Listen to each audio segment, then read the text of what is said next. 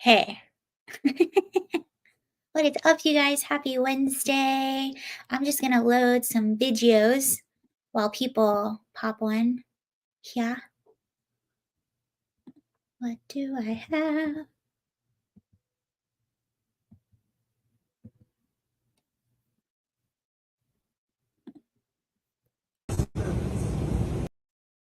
That's a good one.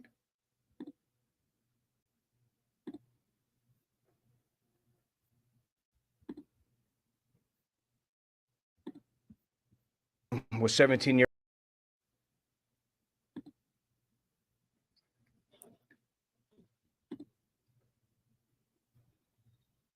Hello, thank you for joining.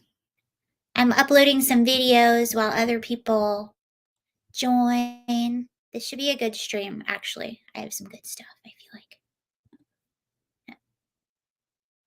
Remove you? Okay. Hello. Hi, Neil. How are you? I'm doing very well. I'm glad you're here.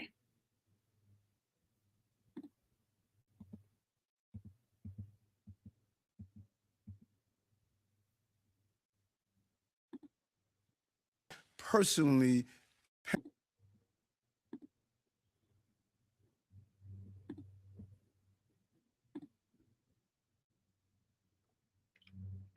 Hello, everybody. Thank you for joining. We're going to start here in just a second. Hey, guys. Oh, it's our favorite, Nikki Haley.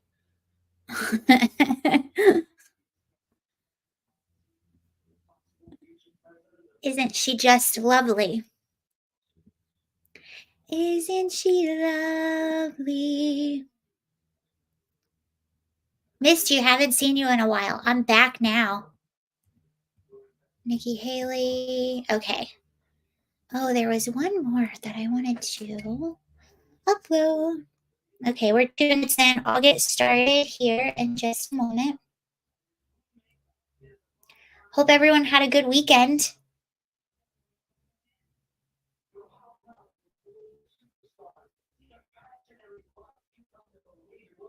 Where is that? I'm looking for. Hi, thank you for joining. I'm about to get started. I'm just finishing uploading some videos. There was one video that I really wanted and I can't find it now. Oh, there she is. Oh, let's get these two. Sorry, my elbow is like all in the way here. Get these two.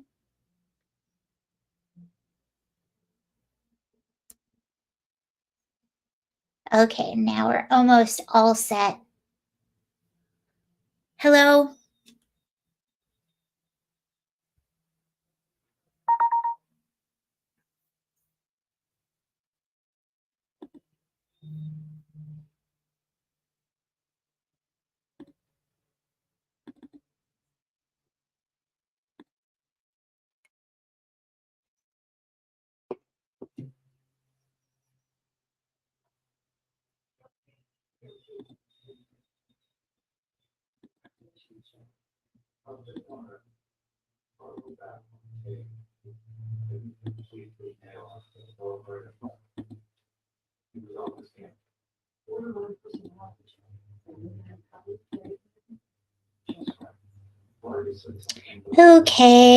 Okay.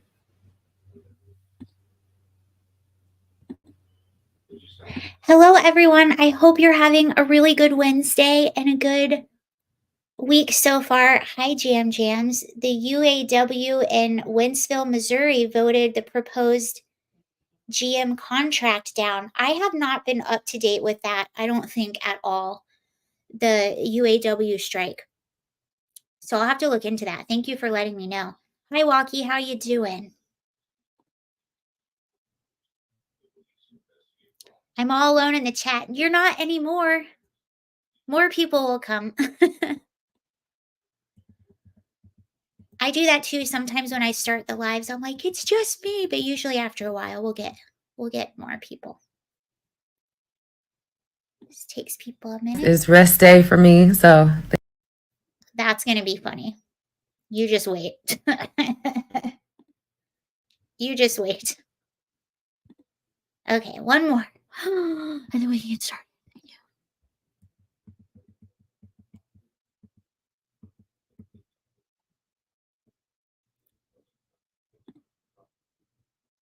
you. Okay, hey everybody, happy Wednesday again. Let's get started. So, I wanted to update you on a story. I haven't talked about it at all with you, but it's definitely been making its rounds in the news. And this is the 17-year-old Las Vegas boy who was beat outside of his high school. And he was beat by, I'm seeing conflicting things. I'm seeing he was surrounded by 15 teenagers, and then I'm also seeing on the press conference last night from police, I'm seeing it was 10. So I'm not exactly sure, but this was what's his name? Jonathan Lewis. Jonathan Lewis. Okay, so they have arrested 8 people. They're looking for 2 more, and it says, on Tuesday afternoon, the Las Vegas Metropolitan Police Department held a media conference to provide an update in its homicide investigation after a Rancho High School teen student was severely beaten and later died from his injuries. A Metro spokesperson announced that the department has 8 suspects in custody who will be charged with murder in connection to Lewis's death. Um, they're also looking for 2 more.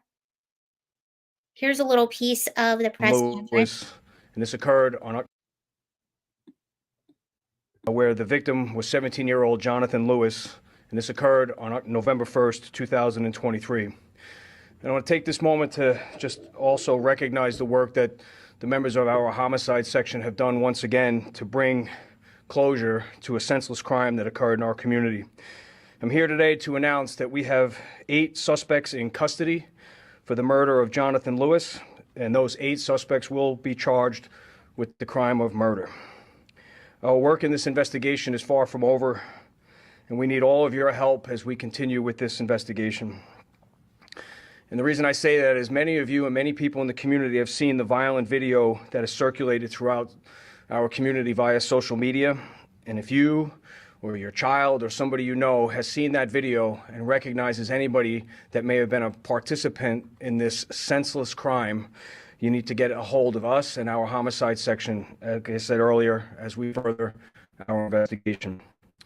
And on a personal note, I want to say, just as a parent and as a member of this community, is the video that's out there and the videos that we have mentioned throughout this investigation and you've seen reported in the media, So that was a little piece of it. The victim was taken to UMC where doctors determined that he had suffered non-survivable head trauma. So it was head trauma that he passed away from.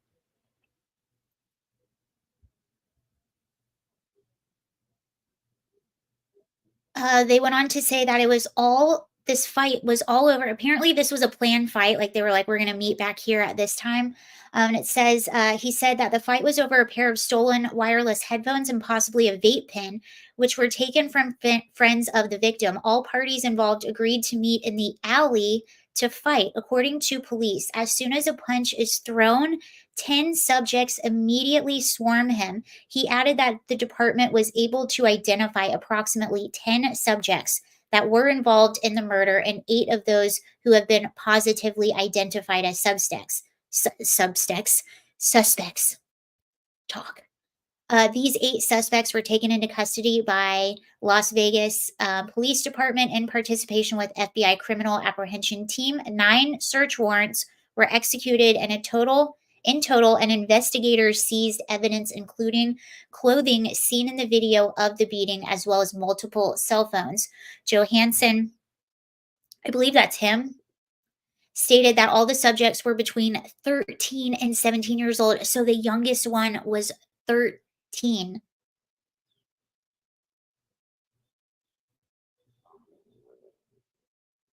There's a high likelihood that there's an additional video, and that one that we don't have. So they were saying in this press conference, they believe there might be even more videos out there, ones that they probably don't have, and they're begging the public to please call those in if they have them. They're also asking for help to identify the 2 other suspects.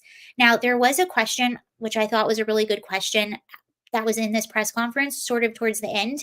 And the question was, why did it take so long? This happened 11 days ago. I can't remember exactly when, but it happened a significant amount of time ago. And the police did say, we have to be really careful. Yes, we had it on video, we had this evidence, but we also have to positively identify people. We have to make sure with the utmost positivity that we have the right person. When you take someone into custody and charge them with murder, you have to really make sure your ducks are in a row and you have the right person. So he did reiterate that several times, which does make sense because you can get a case dismissed even if you have the right person, if you make a mistake and how you go about it. And especially, I'm sure that there's minors involved. They want to be really careful and definitely be positive that they have the right person. But it makes me happy that they have arrested people. They got 8 of them. They're charging them with murder. Now, if they're going to be charged as adults, I do not know. They didn't say that.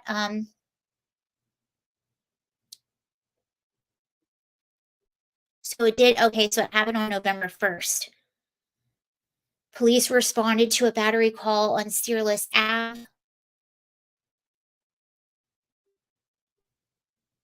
Hello, Sir TDS. So we do have people in custody. Speaking of people in custody, I made a video about it. It's posted right now. It's the last video I posted it. I just posted before we went live. But there is news regarding the hockey player Adam Johnson as well. I didn't upload the videos to this. Well, there's not really one to see. But anywho, there was an arrest made. So Adam Johnson was the hockey player who had a collision with a teammate from the opposing team in the UK, and that teammate's skate slashed him in the throat. Well, there is news regarding that story as well. There was an arrest made. Now, what's interesting is they didn't say who they arrested, and that's not coming from the media. That's coming from the police station. The police station did not say who they were arrested, but I think we can guess that it was probably Matt Petgrave. He's the player that Adam Johnson had a collision with and whose skate it was that slit the neck of Adam Johnson. And if you remember, they did say they were doing an investigation afterwards and they were going to look at all of the circumstances. They were going to interview experts to try to get to the bottom of what happened and see if there was any malicious intent. So they did make an arrest yesterday and charged with manslaughter, but that person who they arrested, who I'm going to go ahead and guess is Matt Petgrave. That person was released on bail. I don't know how much the bail was, but that person has been released, I believe, either late last night or this morning. Why they wouldn't release his name, I have no idea. But again, that was the police station. That wasn't necessarily the media. Although, again, I mean, I think it's fair to guess who they took into custody. But he's released on bail. And what's interesting about Matt Petgrave, too, is his team actually just returned to their first hockey game since the incident happened. And although Matt Petgrave was not there, they did do a moment of silence for the incident. And then they had Matt's picture on a Jumbotron, and the audience had a standing ovation for him. So it'll be really interesting if he is found guilty on manslaughter. So there is that. So at least they're taking action in both of these cases and arrests have been made. And they're investigating. The one video of the teenager, that really, that's upsetting to watch. It's really bothersome to watch all of those people gang up on one person. And something they said in the press conference in regards to the video was there's just no humanity in that video. There's just zero in the entire video, which I agree with. It's tough, really tough to watch. Okay. Now let's go to, all right, we're going to go to New York City and then Chicago because you're starting to have migrants who are self-deporting now. So first, let's see what's happening in New York City, and then we'll go to Chicago. For this So Mayor administration, Adams yesterday. personally painful for this administration, these projects and these initiatives that we knew were going to improve the lives of New Yorkers. Jock, our OMB director, is going to do a presentation. We're going to brief the speaker. We're going to also brief our nonprofits. And Marsha, it's going to hurt. It's going to hurt a lot. And when you go into the agencies and ask them to do, they already did 3 rounds of PEGs at 3%. Now we're telling them they have to do a 5% for the November plan. So they keep having to cut budgets to all the city services and even new initiatives that they had come up with to help the people of New York that they're not going to be able to do anymore. So everything's going to have to get cut.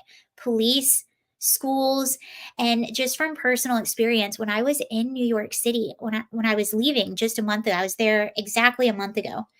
And I ordered my Uber to take me to the airport to leave the city. So he comes and picks me up.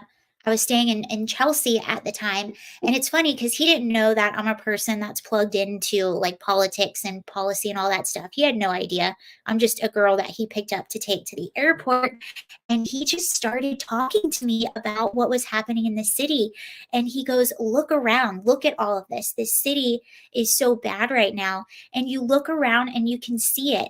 Now, if you go there, you're not going to see it right away if you're not looking for it. But the more you walk around, the more you look at everything, you'll see trash piled up on every corner, graffiti, store closures. And those are also those little things that they don't have as much money to take care of because they're spending so much money on the migrant crisis.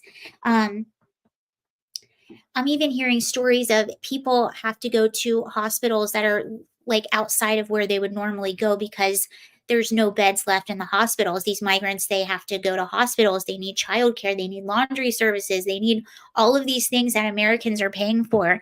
And a report just came out that the GOP did. I don't know if you guys saw it, but it basically said that Americans are going to be spending $451 billion on the migrant crisis. Again, why? Medical care, child care, laundry, food, legal aid, transportation, all of it. All of it. It was also reported yesterday. So Kathy Hochul, the governor of New York State, she previously was trying to put forth an initiative to expedite work authorization for migrants. Well, she actually came out and said, we're not going to be doing that. She looked into it and she can't legally do that. So what they were going to do is the state of New York was going to attempt to hire migrants and then subcontract them out to smaller employers. And the reason they were doing that is because those employers can get in trouble with the federal immigration law if they're allowing people to expedite work authorizations and work for them. So she realized she can't do that. Well, now in Chicago, you have migrants who are talking about self-deporting. So let's look Some at this. migrants even want to go back to their home. Okay, so this was local news in Chicago. Some migrants even want to go back to their home country. They have an American dream. She's either a worker or a volunteer with one of these nonprofits that helps. I can't remember if she was a worker or a volunteer. For in my opinion, is a fake American dream. So if Let me redo that. Some migrants even want to go back to their home country. they have an American dream, for in my opinion, is a fake American dream. So if they asking me a lot for if I know somebody who can buy a ticket flight for them to come back to Venezuela. Sixth-Ward Alderman Will Hall, who traveled to the border a few weeks ago, says word is spreading on social media among migrants that Chicago may not be the best place to come. And border nonprofits say not as many people are asking to come to Chicago. So people are beginning to get informed that it's cold, the opportunities are scarce, and that unless you want to sleep on a concrete mattress, don't come. And that's what those who have come seeking asylum have said. Oh, I cut it off too early, but later on in this news clip, it highlights a man, he's 39 years old. He's been sleeping at a police station for 6 months, and he's from Venezuela, and he wants to go back, but he can't afford a plane ticket to go back. So he's stuck. Same with, I've talked to you guys about this before, but I was watching, it's on YouTube. It's actually, I was pleasantly surprised. It was a pretty good documentary. It was very balanced because usually if it's like a CBS documentary, it's going to be just one-sided and I'm not going to agree with any of it and I'm going to hate it, but I actually liked it. It was pretty balanced, but it highlighted a woman. She's a young mother from Venezuela with 2 small children, and she made her way up here a few months ago. She's been staying at the Roosevelt Hotel, and she stated in this interview with CBS that she didn't feel safe at the Roosevelt, that a lot of the problems that she was trying to escape were at the Roosevelt. Surprise, surprise. When you bring them all over the border at the same time, when you bring in millions and millions of people, the problems that they're escaping are going to come with them. Shocker. But apparently people don't know that. Our elected officials don't know that. But she was saying that, and then she said, "There's no jobs here. There's nothing here for me." And she goes, I don't think we're going to stay in New York City. So her plan was to go and try another city. And then if that didn't work out either, she wants to go back home. Now, Eric Adams said something rather interesting. I don't know if you guys remember, we made fun of him when he went, but Eric Adams went down to the border and then he went down to South America to try and tell migrants not to come. Well, he did say, though, that he talked to a few of them from South America, and they were telling him that they're essentially being lied to by these smugglers. These smugglers are telling them that they're going to stay in five-star hotels, that there's going to be jobs for them right away, and that is just absolutely not the case. So, a lot of people are starting to go back home. I think I had a few other things I wanted to show you on that matter. Let's see.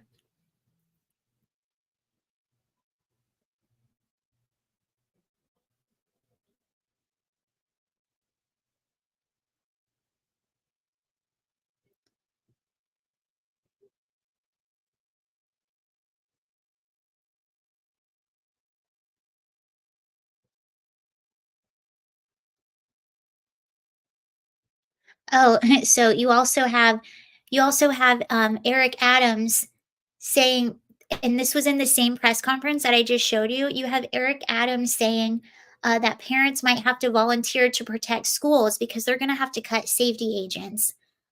Um, so this is one of the things that they have to cut in order to be able to fund this whole situation. Here's some numbers for New York City. 140,000 migrants have come through New York City since spring of 2022. 2,800 arrived last week alone. And I'm hearing there's a different trend in the migrants that are coming. You're seeing less and less coming in from buses from South America, and you're seeing more and more coming through planes from Africa. Okay, so right now, currently in New York City, you have 65,000 who are currently in taxpayer funded shelter system. And of all of those people, and it's interesting because the expedited work authorization keeps coming up, and to be honest, I'm glad that it got struck down because, in my opinion, the next step to an expedited work authorization is citizenship or voting. Well, they're working, they're here working, they're paying taxes. Now we have to let them vote. So that's the next step to an expedited work authorization. So I'm glad that that's not going through. But even so, only 2% of the 140,000 migrants who have come through New York City have applied for work permits. And I suspect that one of the reasons is because some of them are, so what they're doing is they're finding people who are American citizens that have like a DoorDash account or a Grubhub, whatever it is, Uber Eats account, and they'll use that person's information and then open up that account through that person. The migrants will pay that person like a fixed amount every month. So it could be about like $500 a month that they'll pay that person to be able to use their DoorDash or Uber Eats account and make money. And I think some of the migrants, you can make up to like $3,000 a month. So you're just paying sort of a fee each month to be able to use that. And you think about if you're an American citizen and you're not using it anyway, it's just $500 a month.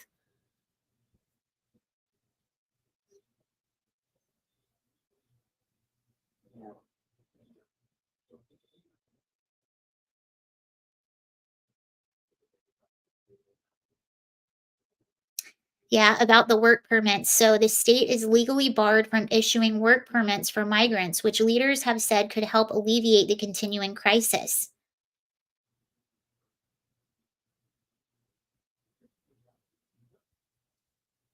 Hochul said, I'm constrained by the law. I cannot indemnify or protect the employers from any kind of federal persecution for violating immigration laws. That's the only barrier. It's a big one. Under the plan, first alluded to in September, migrants would have been hired by the state and then subcontracted out through other employers as a way to get around a federal system for approving work permits for asylum seekers. White House officials have previously said they didn't endorse the idea. I find that really interesting that the White House didn't endorse that idea because I would have thought that was their plan all along to get people here and attempt to expedite these work permits and get them to vote as soon as possible. But I don't know, that part was pretty interesting to me. I thought they would be all for it.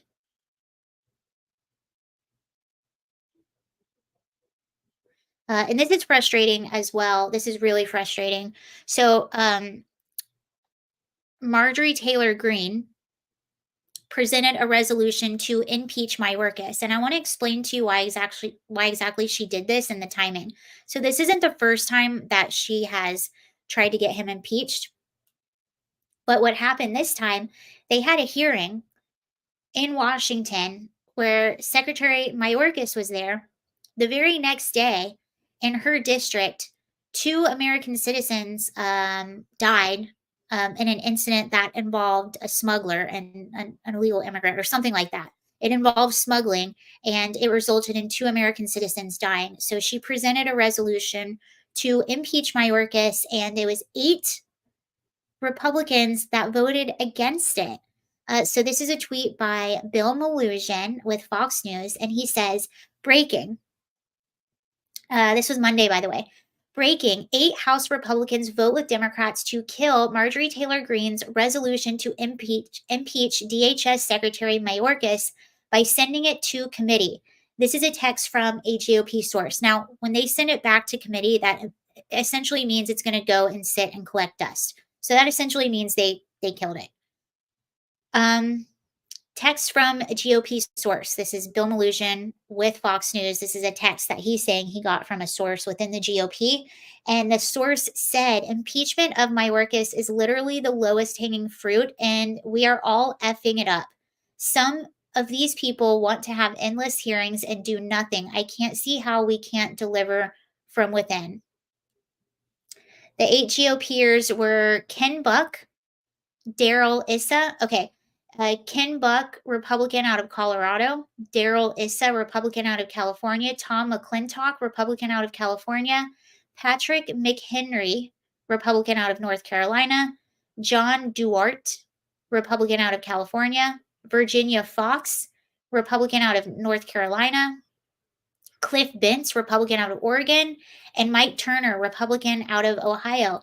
Now, what's really frustrating is you have 3 Republicans from California, which is a huge place that has lots of illegal immigrants. So 3 of them are from California. Ken Buck, he's Colorado. See, Colorado has a lot of illegal immigration too. I'm surprised. It's just frustrating because what Democrats are really good at is they'll all get on the same page and rally behind each other, but for some reason you just can't get Republicans to do that. And it's frustrating.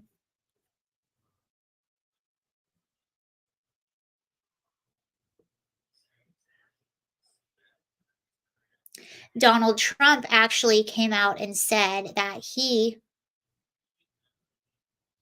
if he gets elected, he's going to be doing a huge mass deportation and setting up camps and getting people out. So we'll see about that.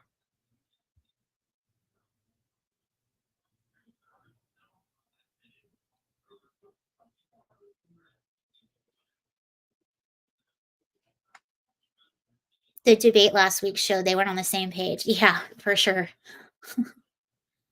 I very much agree with that. Oh, speaking of debates and candidates, here's Nikki Haley she's got some really out there ideas. Office. The first thing we have to do. I can't believe this is coming out of someone in the GOP. Like, oh, come on. One of the main fights for Republicans has been censorship, and then Nikki Haley comes out with this idea. I mean, come on. First thing we have to do when I get into office, the first thing we have to do, social media accounts, social media companies, they have to show America their algorithms. Let us see why they're pushing what they're pushing. The second thing is every person on social media should be verified by their name. That's, first of all, it's a national security threat. When you do that, all of a sudden people have to stand by what they say, and it gets rid of the Russian bots, the Iranian bots, and the Chinese bots. And then you're going to get some civility when people know their name is next to what they say. Accountability. And they know their pastor and their family members going to see it. It's going to help our kids. And Yikes. So essentially what she's saying, Sir TDS, you wouldn't be able to have that name. Pyro Disco Flash, you wouldn't be able to have that name. You would have to have your actual name with your profile, and it would have to be verified. And she's doing that in the name of combating anti-Semitism, which I think we all agree anti-Semitism is very, very bad. We don't like it. We want it to go away. It's very bad. But to do a sweeping, everyone has to use their real name, I don't like that at all. And I find it really interesting also that she's saying the first thing we have to do, when I get into office, the algorithm things is something Elon also advocated, though. I get the algorithm thing, but she's saying that you have to use your real name. See, the algorithm, I wouldn't mind that. I would want to know how the algorithm works, but that's not all she's suggesting. She took it further. I will say when I first heard that, I was like, oh, the algorithm, that's not so bad. Then I actually thought about the rest of what she said. I was like, wait a second. Wait a second. Slow down there, Nikki. I think so. Anonymity is important. And I will say, like, it makes me mad when some like anonymous bot is trolling me on the internet. But at the same time, I mean, look at someone like Libs of TikTok. She wouldn't have been able to do that if she had to be forthcoming with her name. She is now, after now she's gotten some popularity and some protection, but she wouldn't have been able to have her account. There's a lot of accounts who go sort of anonymously.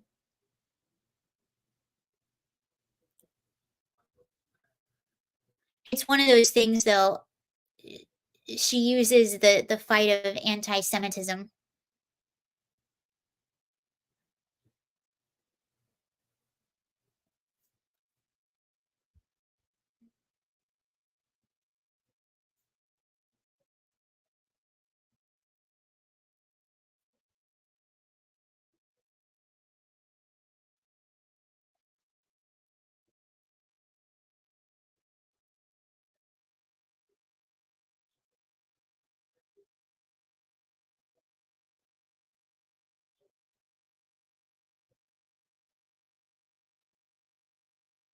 We just got an update.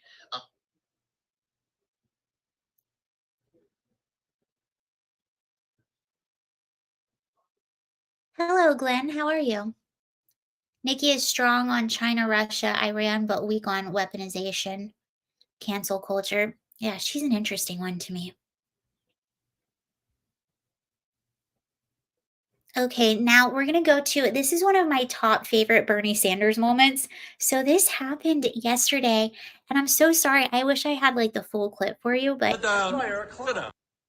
so you got Bernie Sanders up here breaking up a fight.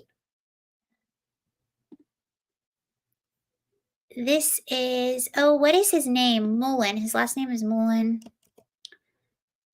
Mark Wayne Mullen. Okay, so who you're going to see in this video, this is Mark Wayne Mullen in this video, and he almost got into a fist fight in Washington here in this room during a hearing. So he was confronting a man who tweeted something about him that was pretty nasty. And he said, the man tweeted, Mark Wayne is a self-made man. That's such a joke. He's not self-made. Wait till I see him. And Mark read this tweet out.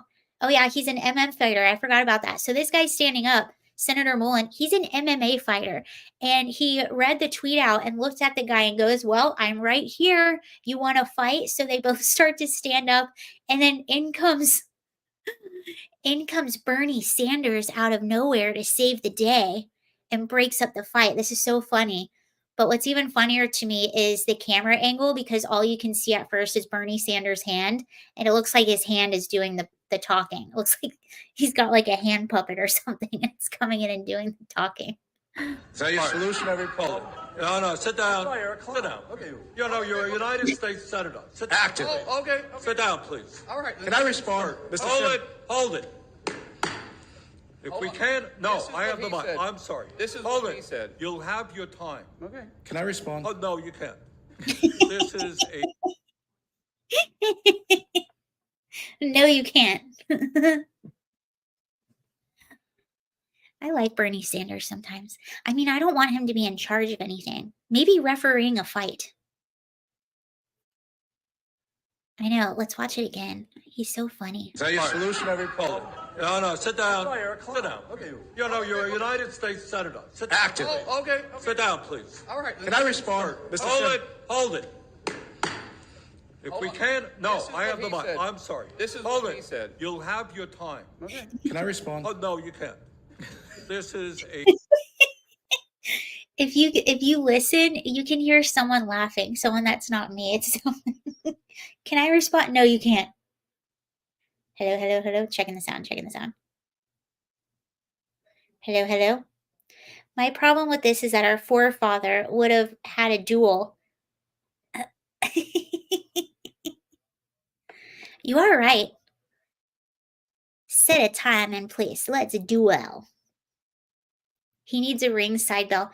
My favorite Bernie Sanders fact is, a lot of people don't know this, but when he was really young, he was in a hippie commune, and they kicked Bernie out of the hippie commune because he wasn't doing his chores, not his taxes. He wasn't keeping up with chores. So he wasn't doing his part, and they kicked him out of the commune.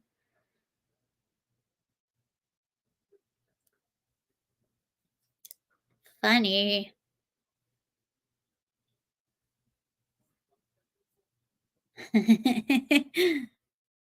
Okay, now let's end it on a funny note. So this video is going viral of a woman, she's on a plane. What would you do in this situation? This woman is on a plane, and she's actually a Grammy award-winning gospel singer. But she just thought that everyone on the plane wanted to listen to her singing gospel, and the flight attendant was not having it. And she wasn't too happy about this.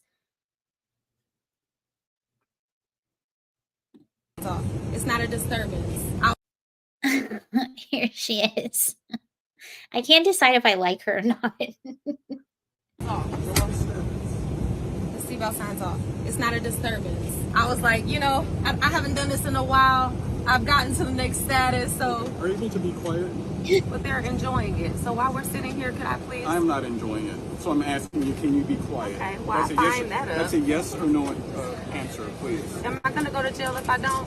Can you please answer my question? Are you willing and able to be quiet right now? I'm doing what the Lord is telling me to do. I'm asking you a question, yes or no. I'm your flight leader. I need you to follow my instruction. Okay. My instruction for you to answer my question. Are you able to be quiet What do you guys think?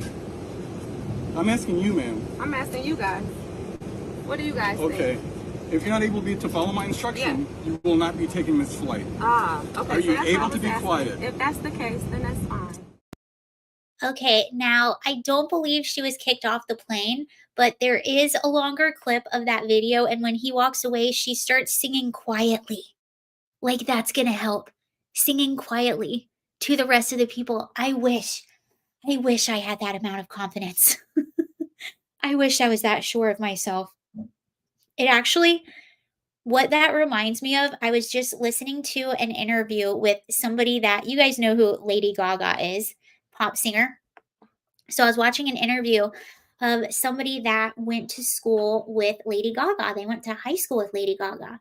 And this person was like, I could never eat lunch in the cafeteria. I had to go like eat in the bathroom or in the counselor's office because every day during lunch, Lady Gaga, there was a piano in there because I believe they went to a music school. It was Juilliard, I think.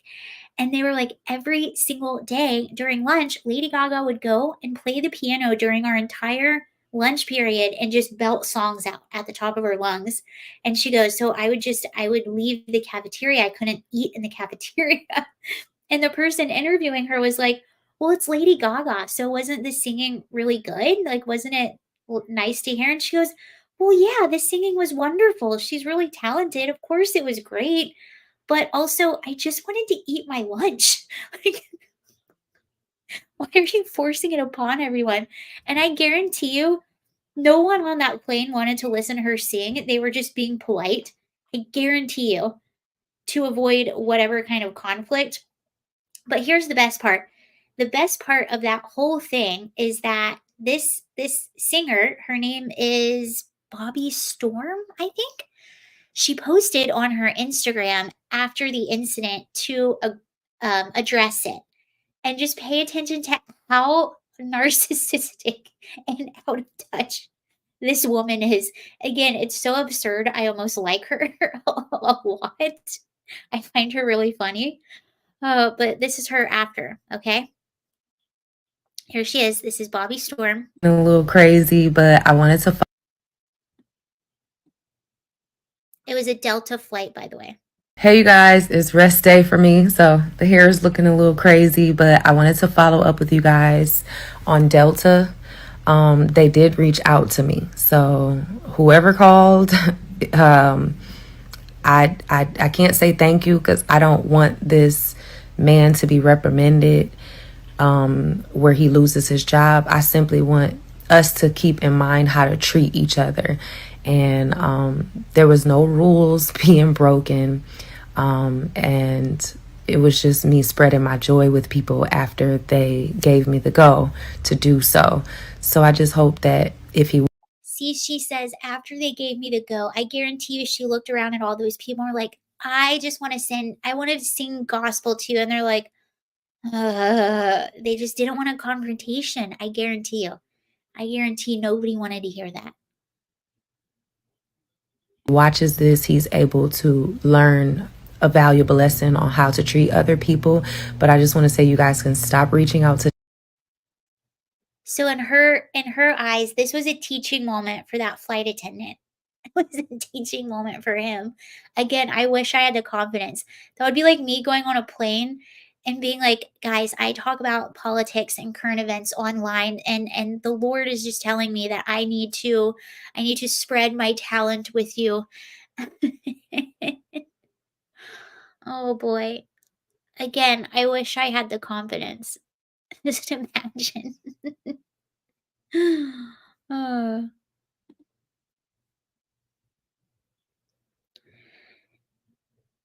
Well, I have you. Someone said others might be listening to the radio or watching video. Have you ever been in an area where people are so loud? I've had 2 instances. One of them I actually said something because I was so mad. I had one instance, I was on a plane, or not a plane, I was on a train. And I was going from Richmond to Philadelphia. So Richmond, Virginia to Philadelphia. And it was 6 a.m. It was very early. 6 a.m. in the morning. I was the only one almost in an entire car by myself. And then a group of like party people in their like late 30s, early 40s get on. I think they're going on like a party vacation together. and they are already drinking and they are so loud. I had my headphones on. It's 6 in the morning. They are so loud. I had my headphones on all the way and I could hear them over the sound in my headphones. And I finally said something. I was like, you guys, it is 6 o'clock in the morning. Can you at least be somewhat respectful?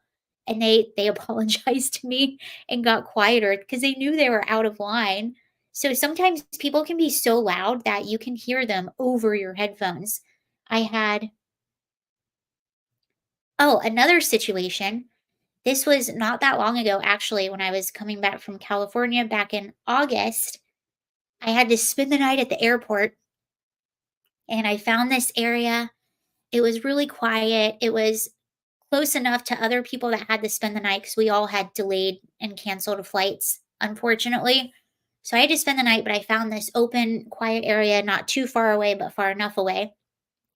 And I'm sitting there and it's like 2 in the morning and I'm just kind of not really sleeping, but just kind of on my computer. I had my headphones in. It was very quiet everywhere. The lights were down. And all of a sudden, this employee, hold on one second.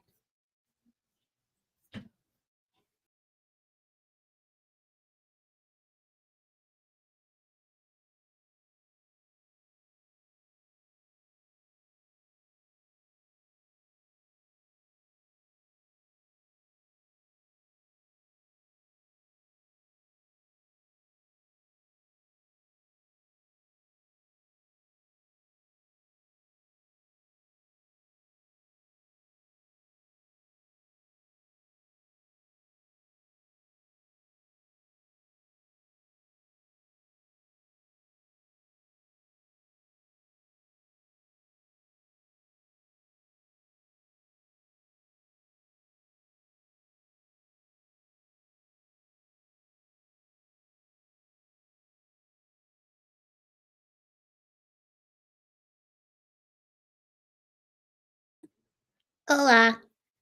That was Eva opening the doors.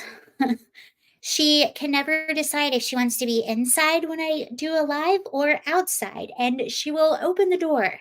If I I don't know if you could see the door completely open. That's what had happened. Anyway, where was I going? Oh, so I'm sitting there. Um, just it's totally quiet. It's 2 a.m. This employee all of a sudden sits in the row directly behind me and he's speaking on his phone. He's talking so loud that I can hear him completely over my headphones. I I'm like, "Are you serious?" So I'm like, "Okay, maybe he'll stop soon." And he's speaking in Spanish, so I can't even understand what I can't even eavesdrop on his conversation because I can't even understand what he's saying. Um, but it was so just I'm like, "Are you serious? Do you not see there's other people around? It's 2 a.m. We're all spending the night here, and it's someone that works there. He's on the phone for about it was like a 20-minute conversation where he's just speaking Spanish at the top of his lungs. So sometimes, even if you have headphones on, people can still be loud and disrupt you.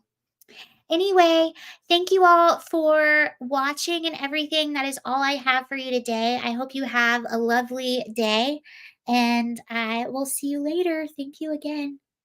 Bye.